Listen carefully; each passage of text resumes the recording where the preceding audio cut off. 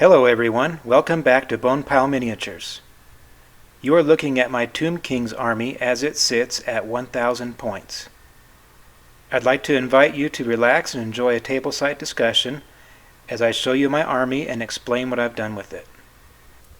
So I am actually collecting and building 6 different Warhammer fantasy armies. And I have reached the 1,000 point threshold with all of them. And I decided to make some videos to display my work and my ideas. I've recently made a video just like this one for my Bretonnia army, and it is available on my channel. The Tomb Kings are my second army I'm featuring, and I have 4 more left to do. And I have already uploaded another video about my Tomb Kings army that is in a music slideshow format. And I recommend that you have a look at that one. But this video will be a relaxed, casual discussion about what I've done with this army of skeletons. Okay, so let's start looking at unit choices. Up front we have 2 units of skeleton warriors, 20 in each unit. The unit on the left has hand weapons, shields, and a full command. And the unit on the right has spears, shields, and a full command. Between those 2 units there is a Tomb Herald with 2 hand weapons, and he's currently the army general. Next to him is a Lich Priest, who is a low-level wizard, and a wizard is required in a Tomb King's army. In the back row there is a unit of 10 horsemen in the left corner. They have spears and shields and full command. In the right corner there's a unit of 3 chariots, and they have javelins and shields and full command. In between those is a Hero Titan, which is a rare choice, and the closest thing to a monster in any of my armies so far. In a way, he is a bit of a wizard himself, or at least has weapons with bound spells. And magic is the backbone, pardon the pun, of this entire army. And this army's success all depends upon magic. So let's start with the simple question, why did I decide to collect a Tomb King's army? Well, the answer is simple. They are just plain awesome. And I know they are often denounced as one of the weaker armies of Warhammer Fantasy. But that doesn't really matter as much here at Bonepile Miniatures. We do things that are fun and that are awesome. The entire army theme was something I had never seen before. And the models just look so cool. So I was introduced to Warhammer during the 8th edition. And I began building a Bretonnian army, and I realized that I would need another army if I ever wanted to play some games under my own roof, and not at a game club.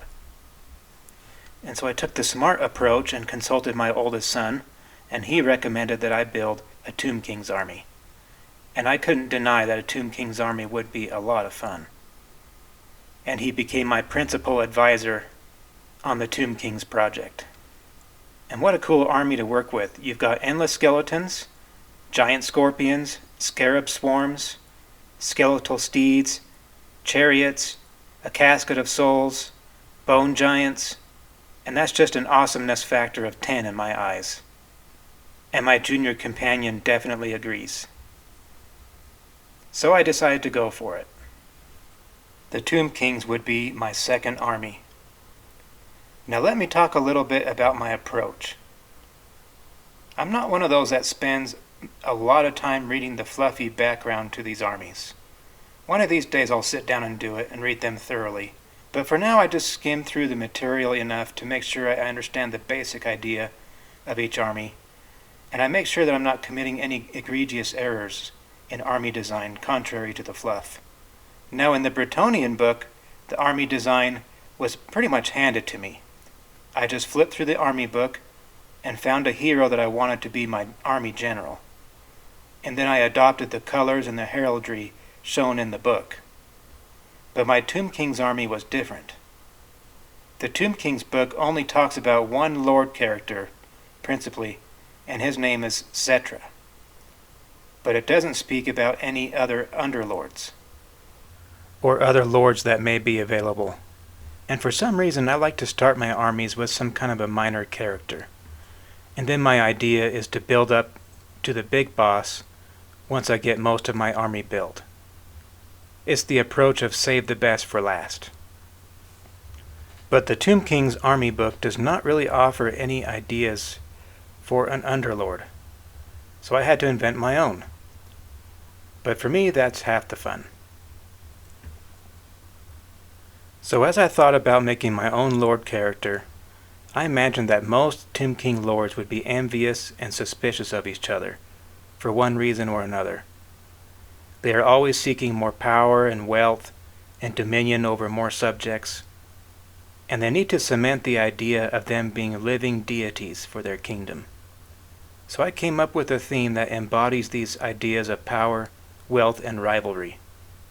And I named this army the Emerald Army. And this name, the Emerald Army, highlights the colors I used to paint them and a basic backstory that I came up with for them. So the colors are emerald green, gold, and black. And of course there's the bleached bone color too. But the black in their eyes would be considered onyx. And onyx was a rare gem in the old world and would have been sought for by kings and royalty. So emerald, gold, and onyx I thought would be a great color scheme, and it would look bold and sharp against the desert sands and dry bones of the Tomb Kings.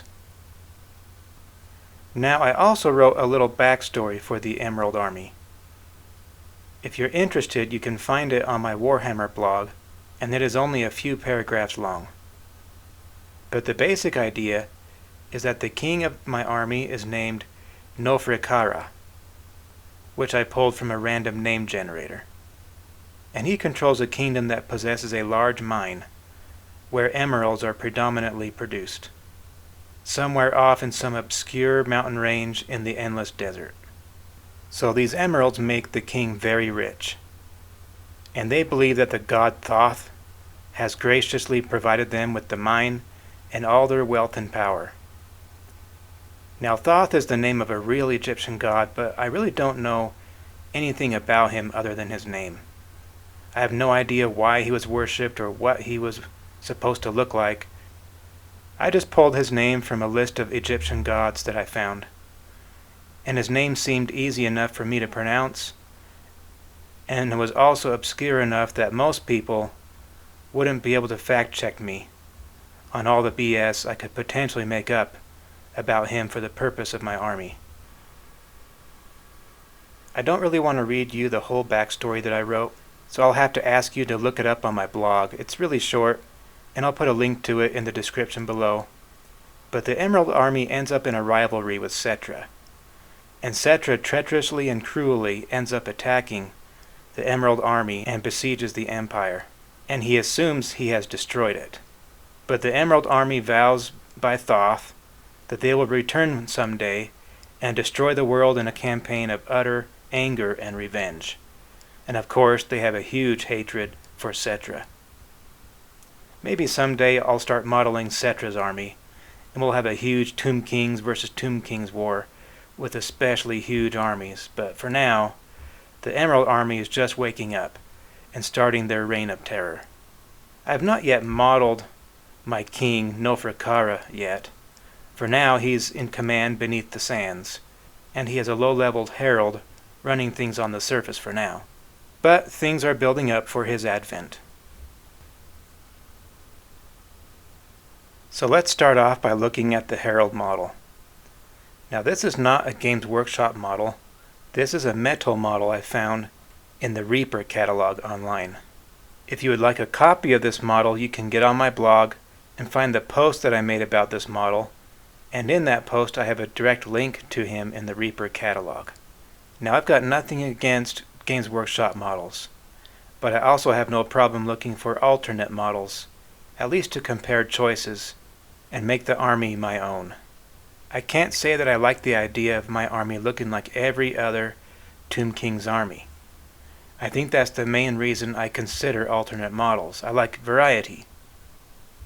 The only thing I do not like about this model is that it seems to be a slightly larger scale than the rest of my models in the army. Now I can let that slide and assume that he was a herald because he was a very large man in stature compared to the rest of the Egyptians. But I just wanted to make that little note about him. The second thing to note about this model is that he is a mummy and not a skeleton. And I think, like most Tomb King players, I'd rather stick with mostly skeletons to maintain the theme. Not that mummies are out of place in Egypt, but most of the Games Workshop army is based on skeletons. And to stay consistent, I'd like to stick with that theme. But of course, the best thing about rules is finding exceptions to them. And in this case, I've made an exception to allow this guy to be a mummy. And that's just because it's such a cool model. I very much like the two-hand weapons, the battle axe with the scorpion handle, and then that big scythe, which I painted to look magical with that green glow. One day I might write up a special rule ability for that scythe when the army gets a little more developed. Maybe like a 20 to 25 point ability. And if you have any cool ideas for it, make a comment for me below. Maybe one idea is that the enemy is forced to make another fear check if he causes a wound by it. But make a comment if you have another good idea. I like the pose to this model. I did not modify this model in any way. I thought I nailed that loincloth with the highlights and shades. I think it looks really ghostly. Now he is a very easy and straightforward model, but I really like the way he turned out. I think I achieved a good balance between emerald, gold, and onyx, and it looks like he's ready to slaughter some folks. But before long, this guy is going to get demoted as the army general. He's just a herald on foot. Eventually I'll be bringing in other heralds and heroes to take over. But for now, he works just fine. And he is the leader of the band for now. Okay, let's move on to the Lich Priest. And I think I'm pronouncing that right, but I'm only about 90% sure. Lich Priest. Now this is a Games Workshop model. Most Warhammer players know that Tomb Kings are required to have a wizard in the game. So for now, this guy fills that role. The legend goes that the army wizard acts as the harbinger to the army. He calls forth the dead and animates them with his magic. Without him, they cannot leave the tombs. The army may have more than one wizard, but only the boss wizard animates the dead. The extra wizards can perish in battle with little to no consequence. But if the boss wizard dies, the army starts to crumble each turn. So he is not only essential for the Tomb King's army, but a high-value target for the enemy army. And that makes for a fun dynamic when you're in battle with them. Now the first observation that I make about this model is that he is also not a skeleton. I'm not sure that the wizard has to be this way, but that's how this model looks. He seems like some kind of a zombie or mummy. To me, it's a mystery exactly what he is. Is he alive or is he dead? He certainly seems more dead than alive. But how does he animate, and can he permanently be killed? Where does he come from? These are questions without answers. What we do know is that when this guy arrives on the scene, it's a bad omen. Tomb Kings are about to be unleashed on the world. And we also know that this guy embodies the magic of the Tomb King's army. So notice that I put that magical theme into the model. His eye sockets and his mouth have some kind of a green energy to them. His words and his gaze animate the army, and that energy can also be deadly to the Tomb King's enemies. His full range of powers are not fully understood. And you don't want to be the guy that finds out the hard way what he can do to you. But that green energy that he exudes will come up later in this video, so keep this in your mind for later. So it seemed to me that this guy still has a thin shell of skin left on him. So I painted that skin dark gray to make it look all dried out and rotted. And it turns out that this model seems to have a little more red on him than any of my other models. And I think that's because this was the first Tomb King's model that I painted. and I hadn't quite nailed down my paint scheme yet. But there's still plenty of emerald, gold, and onyx on him that he still fits in with the army. And I think he looks thoroughly decrepit. Whatever his clothes were, they now look very thin and rotten. His bones protrude through his clothing. He's creepy and disgusting, and he's also carrying this huge scythe. And I think this is a good photo to point out my bases for this army. I said in my Bretonnia video that I'm more of a minimalist when it comes to bases. So for my Tomb Kings, I'm just adding a layer of light sand, and then I keep the edges black.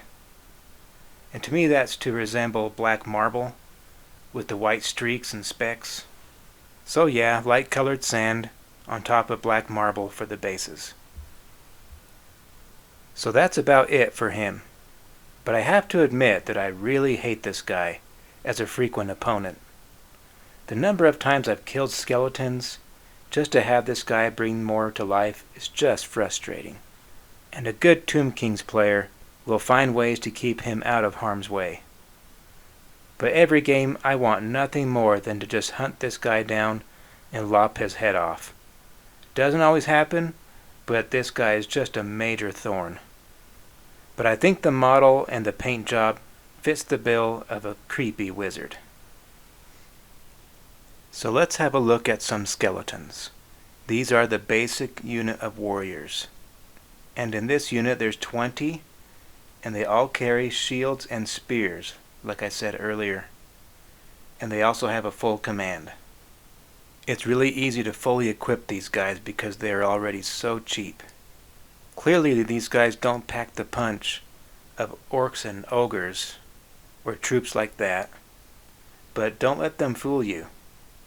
The secret behind these units is that the wizard usually raises more and more of them, so they can really be a tar pit, and they also cause fear and never flee. And bunched all together, I think the sandy bases look pretty good, just the way I wanted them to. And then the movement trays that I made for them have that bleached bone structure to them, with emerald gems embedded into them. But I think the spears themselves have proportions that are a little off, especially the spear tip. But that might be the only major criticism I have about these models. And even though I've read a lot of other criticisms about them, I'm really not that picky, I'd have to say. They're just skeletons, and to me they're convincing enough. And as long as I can continue to find these old skeleton kits on eBay, I'm planning on sticking with these model kits. They're good enough for me. And now I'd like to point out a design feature that I've put into this Tomb Kings army, and that appears with my skeletons. You may have already noticed that my skeletons have a bit of a green glow to them. They aren't just a bleached bone color. If you look in between the ribs and into the joints and into the eyes, there's some green color in there. And I am using the green color to represent the magical energy that animates them. These guys just don't walk around on their own power. The magic from their wizard gives them motion.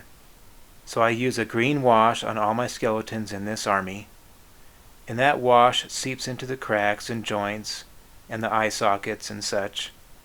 And it's actually a very easy thing to do, and it never really needs any touch-up. And after the wash dries, I do a final dry brush of desert dust to make them really pop.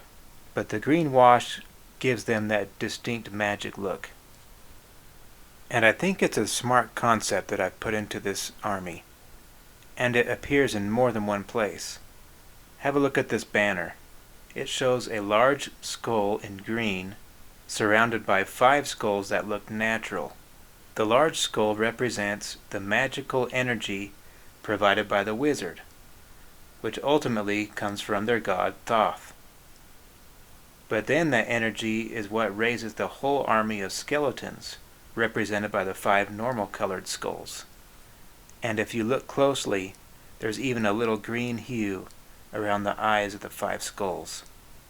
Then if you look at their shields, all of them have a green skull in the center. And this also represents the power of life that they gain through the wizard, and ultimately from Thoth. So overall, the green color in this army has dual symbology. It represents the green emeralds that made them wealthy and powerful, and it also represents the green energy life force from Thoth that brings them to life. And in their own tradition, the emeralds themselves are synonymous with the life-sustaining power from their god. So maybe if this were the amethyst army, the energy from their joints and eyes would be purple instead of green. So that is a cool feature about my army that I think adds to their appeal. The green hue has purpose and meaning, and it is shown in all of my skeletons and other symbols. You can also see it here in my horsemen. And the energy just doesn't apply to human skeletons. Here it also applies to horse skeletons. And you can watch for that feature as I work on more and more units in the future. But you may have already noticed that the banner is not painted the same way as the last one I showed you. In this one, all the skulls are green. That's just because I don't want all the banners to look exactly the same. But I think it conveys the idea of a magic energy that gives life to a dead army and that emanates from a central source of power. Now these horsemen are a good choice for the army, because the skeleton infantry is unable to march. So these horsemen are a good choice for a faster, but still light cavalry. And once again, I see a lot of criticisms of these guys, but I've seen them used quite effectively for their capabilities. Now there's also an option to give these horsemen bows, which is pretty cool. And I'll do that for another unit in the future, but I just wanted to give these ones some spears just to cover my bases. Now with my Bretonnian cavalry, I magnetized the riders and mounts together. But I did not do that with these guys. That's because there's really not much material to work with on these skeletons, and these mounts don't have saddles. The riders don't really fit snugly onto the mount and pretty much require being glued down. And before I switch slides, notice that the rider on the far right has taken an arrow to his chest. They had a little hole there in the model, and I thought an arrow would be perfect for that spot.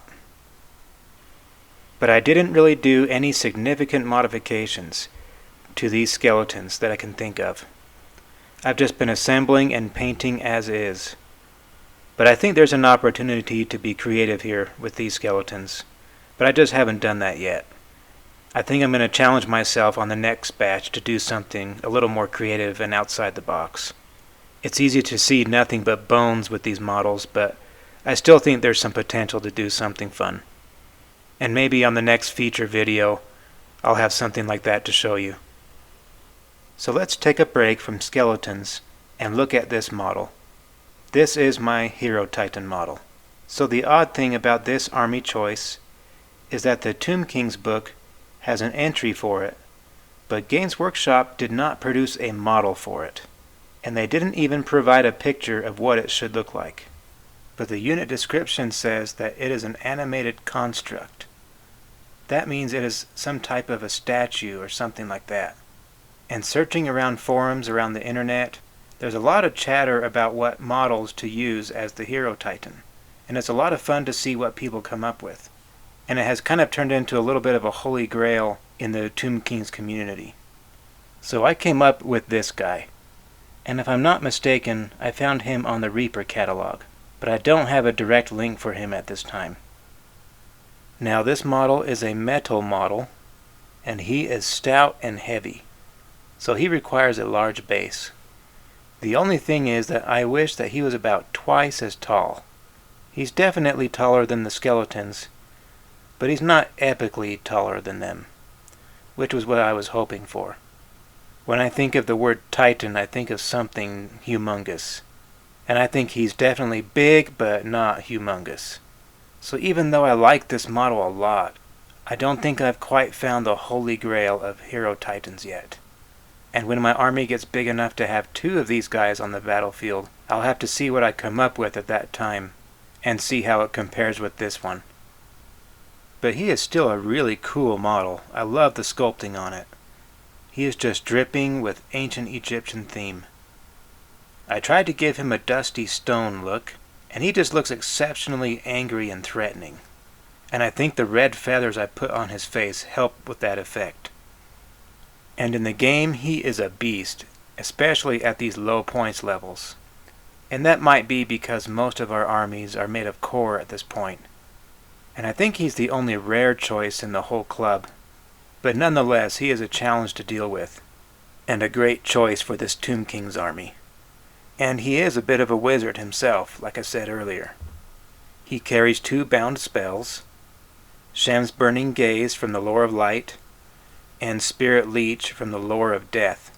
So once again, I think this model fits the bill with those 2 spells, the Spirit Leech and the Burning Gaze. He has very good close combat abilities, and I think he helps balance out the army due to the weaknesses of the skeleton infantry. He brings the hurt, and ups the challenge to fighting this army. So now let's go back to my second unit of skeleton warrior infantry. And these guys just have hand weapons. And I know what some of you are probably thinking. Why didn't I give them spears too? After all, the spears are a superior weapon to the hand weapons, and I don't really disagree with that.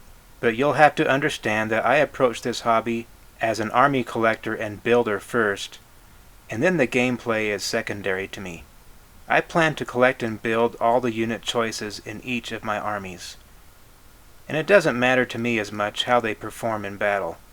I don't think about this hobby in terms of winning tournaments. I think about building cool armies first, and then playing fun games with them second. And I figure that each army has its high-punching units, and some that are a little more lackluster. But I also think that a good general should know the strengths and weaknesses of his army, and knows how to make the best of what he's got. Each army has to deal with that, and I enjoy seeing it all play out on the battlefield. It reminds me of chess, where not all pieces can be queens and rooks. You also have to have pawns, and a good player figures out how to use them. So I'm not one to shy away from units that aren't tournament-winning favorites. And I really want all options provided in the army books to be available to me. Something that I would like to bring up about this skeleton kit is its versatility. So from this kit you can build skeleton warriors with spears, or hand weapons, or with bows. And I think this is one of the great strengths to Games Workshop kits. Especially in this kit, there are just so many options to build your warriors. And you would think that when it comes to skeletons that they would not have put so much effort into it just because they're skeletons. But I found so many ways to mix and match parts that I think that's why I didn't really delve into modifications with these units so far. I tend to brainstorm about modifications when it's more likely that I will have a bunch of cloned models in a unit. But when there's a lot of choices, it doesn't force the issue for me. I still think moving forward I'm going to challenge myself to do some creative things with these skeletons, but I just wanted to give kudos to Games Workshop for putting together such nice kits like they did here. And from what I've seen, offerings from third parties seem to struggle surpassing this high bar that Games Workshop has set. And there are certainly some that do a good job. Avatars of War comes to mind as another one that puts commendable effort into making nice model kits with variety. And I haven't tried them all, but Avatars of War stands out to me. But overall I still think Games Workshop sets a high standard here. And I think some of the pictures I've been showing you attest to what I'm saying. Well, I can't say that I have a favorite skeleton model in these infantry units, but I am definitely pleased with how they all turned out.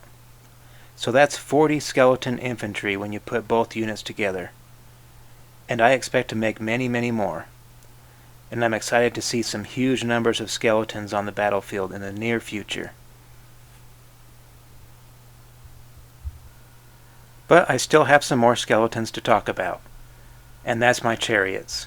And these chariots are just awesome. And I wanted to design these chariots to show off the colors of the Emerald Army, and I think they do.